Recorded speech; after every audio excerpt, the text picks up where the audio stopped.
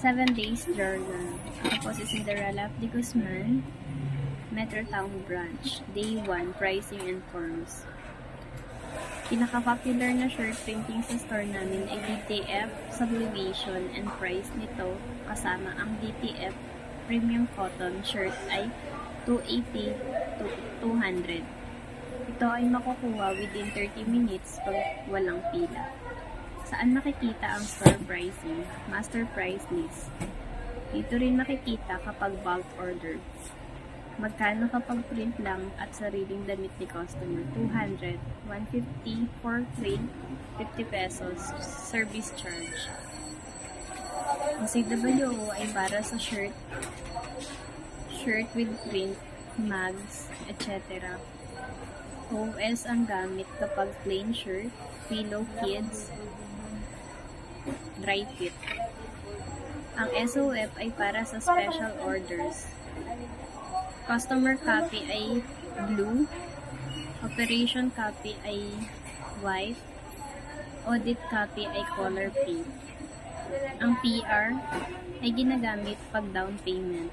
Ang first copy ay para sa customer, second copy sa office, third copy store. Ang ORSI ay ginagamit para sa resibo for customer. Kailangan ito umaga, araw-araw. Ang item ay dapat bayaran muna bago gawin. Dapat ilagay sa claims tab. Time to check. Time to pick up. Sa quotation slip, dapat ay ilagay ang details ng customer at orders para sa store ang copy ng quotation slip.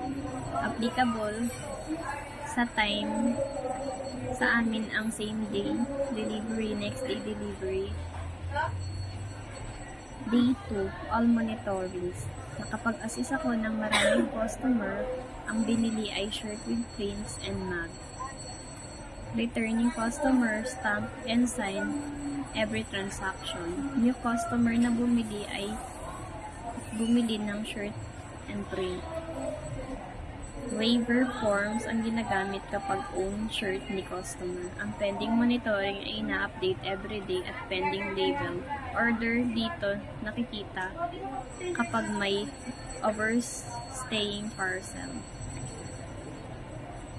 Day 3, brochure and lead time. Makapag-assist ako ng madaming customer at bumili plain shirt, pillow kids, and plate and mugs.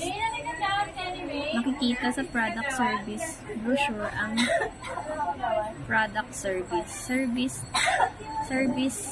Nasa office lang ang magagawa. Yung mga wala pong stock sa store. Based sa lead time guideline, ang 500 pieces na mug ay magagawa ng office within 1 day. Day 4, stock movement delivery.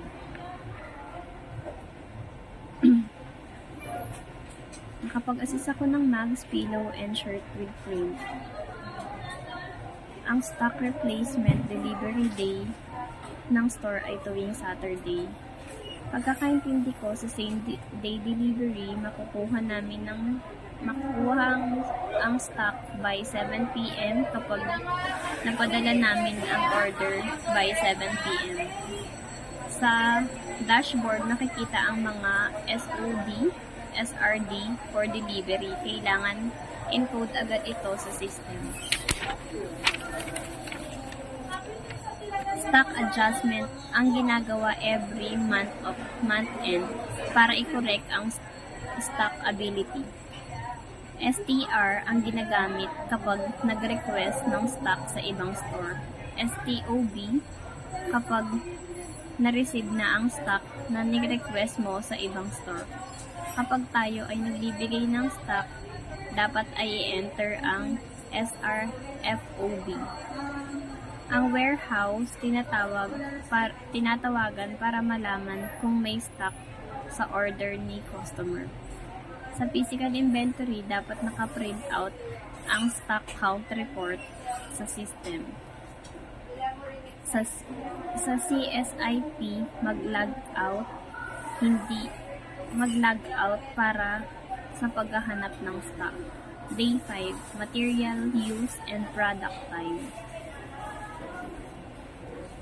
Nakapag-assist ako ng customer na marami na bumili ay t-shirt with print and plain, dry fit, and pillow.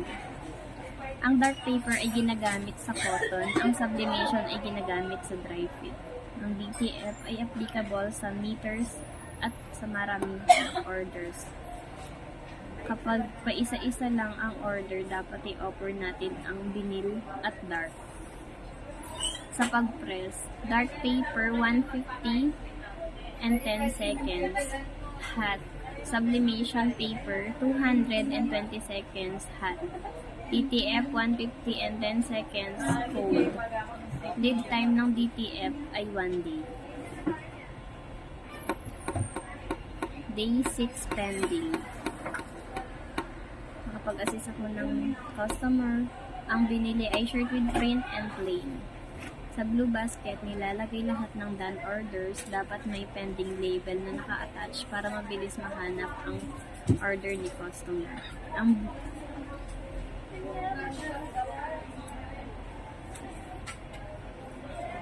Ang blue basket ay para sa pending orders. Sa SCIT, makikita ang urgent, no stock sa store, at pending sa head office. Bago mag-release ng order, dapat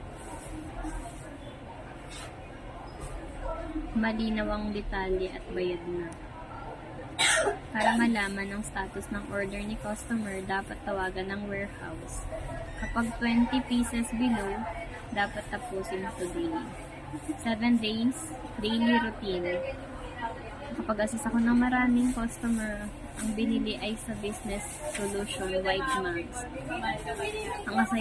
Ang assigned visual area sa akin ay pillows para mapanatili kong gawin ko ng maayos. Nakita ko na sa SCIP ay SLN. Na-try ko na ang website design para sa t-shirt. Schedule ko sa workshop for basic sale ay wala pa. So far, challenging ang work dito. Ang nagustuhan ko dito ay yung nakikipag-communicate sa madaming tao. Thank you.